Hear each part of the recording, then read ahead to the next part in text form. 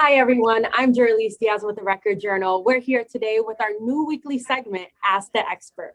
In partnership with Hartford Healthcare's Midstate Medical Center, Community Health Center, the United Way of Meriden and Wallingford, the Spanish Community of Wallingford, the State of Connecticut, and the Connecticut Department of Public Health.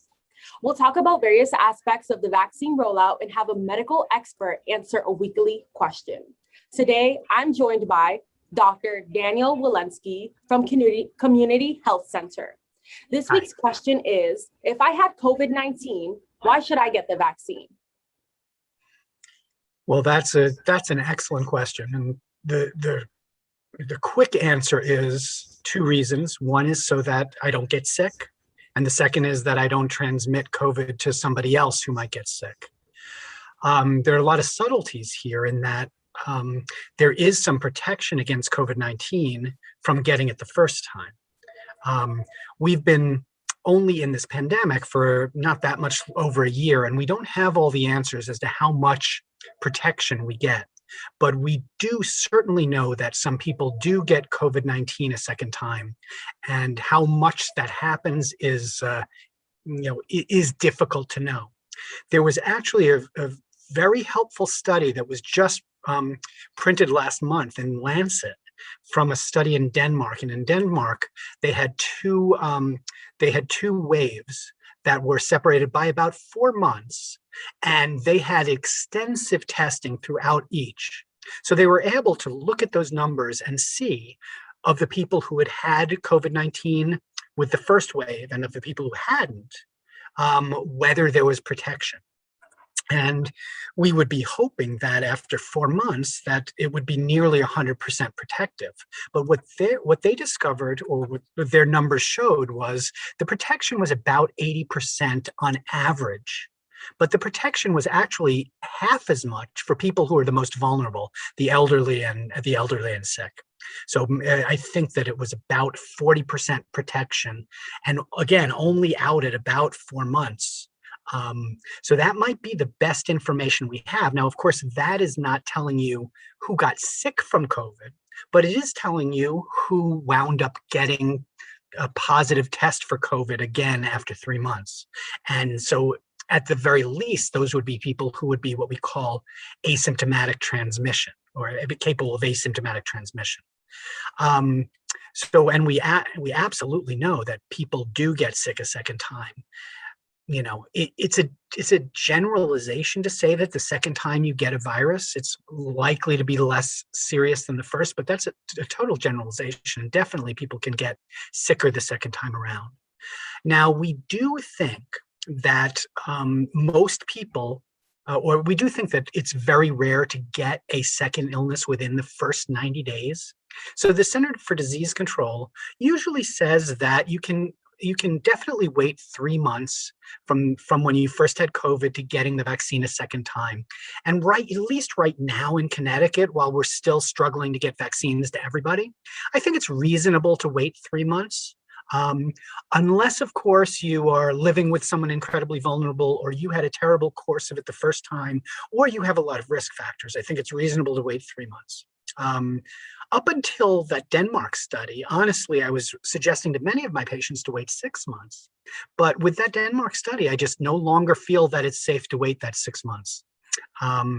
So yes, I do recommend it. Now, what the Center for Disease Control also says is that you don't have to wait the 3 months. So to go the other direction is, how soon can I get the vaccine? The answer is you're allowed to get it as soon as you come out of self-isolation. Which is 10 days after getting sick, or 20 days after getting sick if you were very ill with the disease. Now, the exception with that is if you had monoclonal antibodies. So anybody with monoclonal antibodies, that's the intravenous treatment that is given to people early on in the course of COVID-19 so that it decreases their likelihood of hospitalization. And I will say that some people who've been hospitalized have gotten the monoclonal antibodies during the hospitalization. So anyone who's had those, we really do expect them to wait a full 90 days before getting the vaccine. And the reason being is you have the antibodies floating around from the monoclonal antibodies, and you don't want it to interfere. but really, we do need to get everybody vaccinated. What we certainly think is that even if COVID-19 disease leads to prolonged immunity, it probably doesn't lead to a very long immunity of like 2 years. It probably is wearing off over 6 to 12 months. We don't know. Everybody's a little bit different. So I would say we know that these vaccines provide a longer period of immunity, and it seems that they provide a more perfect immunity to the vaccine. As a matter of fact, with pretty much all of the vaccines we've seen, they're nearly 100% at preventing very severe disease, preventing hospitalizations, preventing intubations, preventing deaths. They're not as perfect, of course, at preventing any kind of disease, and they're even a little bit less perfect at preventing asymptomatic disease where you could transmit it to other people. But what we really think is these vaccines are better than the disease at preventing subsequent disease, and therefore I would recommend that everybody get them. And honestly, in the next few weeks, I really do think we're going to get to the point in the state of Connecticut where everybody who wants a vaccine is going to at least have an appointment coming up soon. So if you have had COVID and you think, I should wait until some people more deserving and more needing get it, I think we're just about at that point. I don't think that we should be holding back because other people need it more, because we're giving, many, many thousands of shots a day in the state of Connecticut.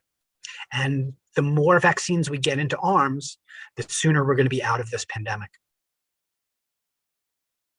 Okay, thank you, Danielle Wilensky, for joining us today, and thank you all for watching. Tune in next week for our next Ask the Expert. If you have any questions you would like answered, leave it in the comments and we'll add it to our list.